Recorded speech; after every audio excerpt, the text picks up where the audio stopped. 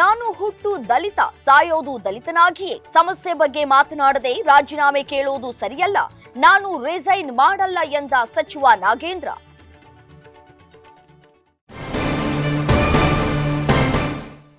ಪಶು ವೈದ್ಯಾಧಿಕಾರಿಗಳ ನೇಮಕಾತಿಯಲ್ಲಿ ಅಕ್ರಮ, ಶಿವಶಂಕರಪ್ಪ ನಿವಾಸದಲ್ಲಿ ಮುಂದುವರಿದ ಇಡಿ ಶೋಧ. ಮನೆಯಲ್ಲಿ ಇಂಚಿಂಚು ಅಧಿಕಾರಿಗಳ ತಲಾಶ್.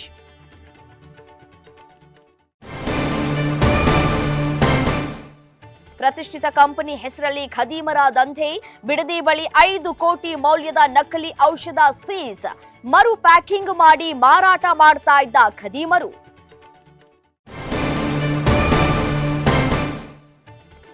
ಮಳೆ ಇಲ್ಲದೆ ಕಂಗಾಲಾದ ಜನರಿಗೆ ಬರಸಿಡಿಲು. ಶ್ರೀರಂಗಪಟ್ಟಣ ಗಡಿ ಗ್ರಾಮದಲ್ಲಿ ಜಲಸಂಕಷ್ಟ. ಕುಡಿಯೋ ನೀರಿಗಾಗಿ ಅಂಗಲಾಚುತ್ತಿರುವ ಕಾವೇರಿ ಕೊಳ್ಳದ ಜನ. ಮಾಜಿ ಶಿಕ್ಷಣ ಸಚಿವ ಬಿಸಿ ನಾಗೇಶ್ ನಿಧನ. ಬಿಜೆಪಿ ಕಚೇರಿಯಲ್ಲಿ ಗಣ್ಯರಿಂದ ಅಂತಿಮ ನಮನ. ಕೆಲವೇ ಕ್ಷಣಗಳಲ್ಲಿ ತುಮಕೂರಿಗೆ ಮಾಜಿ ಸಚಿವರ ಪಾರ್ಥಿವ ಶರೀರ ರವಾನೆ.